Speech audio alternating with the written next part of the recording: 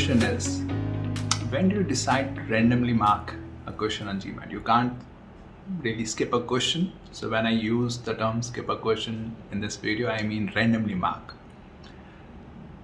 So now very consistently I have seen that people who take 3.5 minutes on a question and the mark that they have done, very significant proportion of those questions they get wrong. Think about it. If you are taking 3.5 minutes on a question, essentially mean that the question is generally more difficult than you can reasonably handle. Right? So the chances that you're going to get that question wrong are pretty high. So let's think about it. If you have spent 3.5 minutes on, let's say, 6 questions, and out of those 6 questions you get 4 questions right, which is 66.66% accuracy, which is a pretty high accuracy on those hard questions. So you've gotten 4 questions right out of those 6 questions, and you have spent 3.5 into 6, which is 21 minutes on getting those 4 questions right. So on an average, you have spent more than 5 minutes to get every single question right? Those out of those 6 questions. Now in a test which gives you just 2 minutes, less than 2 minutes actually, 1 minute 50 seconds around, to get a question right, you're spending more than 5 minutes. So essentially for every question that you get right in this way, you have to skip, which is randomly mark, 1.5 to 2 questions for every single question that you're getting right this way by spending 3.5 minutes. Right? Very clearly, that's a waste of time. That's not something that you should do in the exam.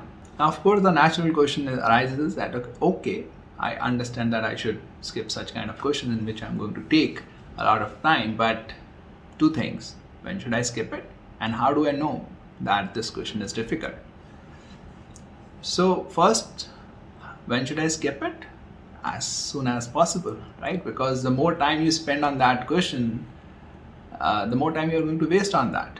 So the earlier you can take a call, the better it is. Now, of course, you may, if you have a sense very fast that yeah, it's going to be difficult, then skip it right away. But let's say, even if you get a sense, let's say after spending 1 minute on a question that this is turning out to be much more difficult than I thought, then again take a call as fast as possible. Now, how would you get to know that this question is difficult, let's say by just looking at it or in the first 10-15 seconds? Here your practice will help you. Okay, it could be that, let's say in quant, you're not comfortable with permutation combinations or coordinate or some topics, and then you come across a convoluted or at least a convoluted looking question from that field. So then you can easily take a call that, yeah, let's skip it. Similarly in verbal, let's say you're not comfortable with assumptions in CR, then you see a long question seems to be pretty convoluted and it's on a subject matter that again you're not comfortable talking about DNA and cells and all that. So again, your practice will help you.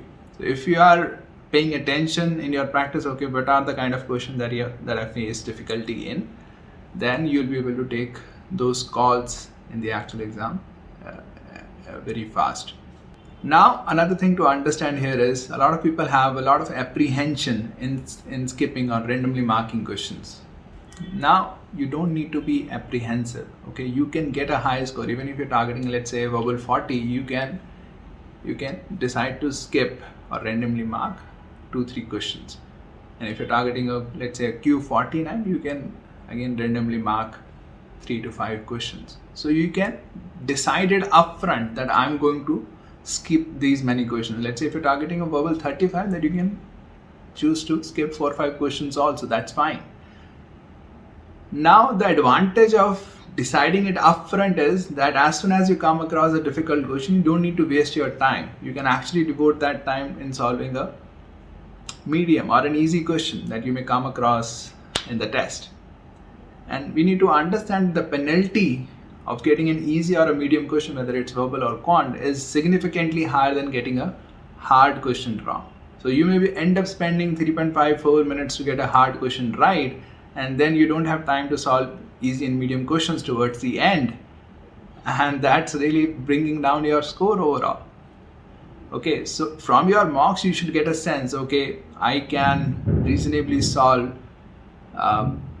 just these many questions on verbal and just these many questions on quant. So okay, I'm going to skip 3 questions on verbal and 4 questions on quant. Right? Of course, it should be a reasonable estimate in a way that, let's say if you are not able to solve 5 questions in verbal typically, then you should decide to skip just 3 to 4 questions, not 5, because in the actual exam you may end up having more time. Let's say if you come across questions that are comfortable to you. Okay, but the point is, overall what I'm trying to say in this video, first, it doesn't make sense to spend 3.5 or more minutes on a single question. Secondly, from your practice and from your mocks, you should develop a sense which questions are hard for you, which questions are difficult for you, so that you can decide to skip them as soon as possible in the exam. Third thing is, it's okay to skip certain questions even if you're targeting a high score.